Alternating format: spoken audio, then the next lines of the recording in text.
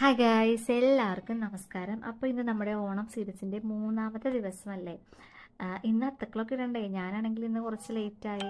ശങ്കരിക്ക് ഇന്ന് ക്ലാസ്സിൽ പോകേണ്ടതുകൊണ്ട് തന്നെ എനിക്ക് മൊത്തത്തിൽ ഒരു മടിയൊക്കെ വന്നായിരുന്നു. പിന്നെ അവിടെ ചായയൊക്കെ കുടിച്ച് അങ്ങനെ ഇരുന്ന് പിന്നെ ഒട്ടും വൈകിയില്ല, വേഗം തന്നെ പോയി കുളിച്ച് അതിൻ്റെ ഇടയ്ക്ക് ശങ്കരിയെ ഒന്ന് മേലൊക്കെ കഴിച്ച് റെഡിയാക്കിയായിരുന്നു.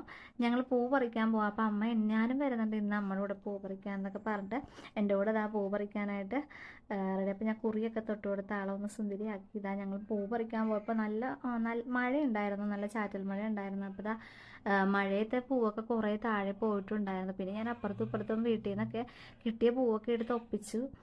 കടയിൽ നിന്ന് പൂ വാങ്ങിക്കാമെന്നൊക്കെ ഞാൻ ഇന്നലെ ഓർത്തായിരുന്നു. പക്ഷെ വേണ്ട, കുറച്ച് ദിവസം കൂടി ഇങ്ങനെ പോട്ടെ. കാരണം എനിക്ക് ഇങ്ങനെ പറിച്ചൊക്കെ ഇടുമ്പോഴത്തേക്കും ഒരു ഓർമ്മയാണ് കേട്ടോ. കുഞ്ഞിലെ ഞങ്ങളിങ്ങനെ ഞാനും അണ്ണനും കൂടി ഇങ്ങനെ ഓരോ എവിടെ നിന്നൊക്കെയോ പൂവൊക്കെ പറിച്ച് ഇങ്ങനെ അത്തക്കൾ ഇടണത്, അതൊക്കെ എൻ്റെ ഒരു നല്ല ഓർമ്മയാണ്. അപ്പം ഞാൻ ഓർത്ത് കുറച്ച് ദിവസം കൂടി അങ്ങനെ ഇടാമെന്നൊക്കെ.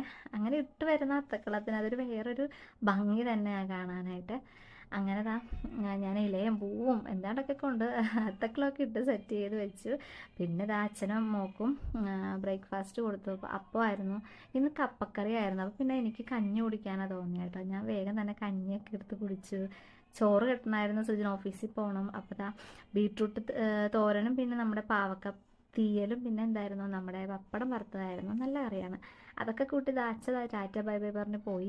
പിന്നെ ഉള്ളത് എൻ്റെ മോളുടെ വരയാണ്. എന്നെ ശങ്കരിയാണ് വരച്ച് വെച്ച്. അപ്പോൾ അമ്മ എനിക്കിതിന് വെരി ഗുഡ് തരണം എന്നിട്ട് ഞാൻ വെരി ഗുഡൊക്കെ കൊടുത്തതിന് പിന്നെ പറയുക വന്നിട്ട് ബൂസ്റ്റ് ഇട്ട് പാല് വേണം. അപ്പോൾ ബൂസ്റ്റ് ഇട്ട് പാലൊക്കെ കൊടുത്ത് ആൾ ബിസ്ക്കറ്റ് കഴിക്കുമായിരുന്നു. അപ്പം ഞാനും കഴിച്ച്.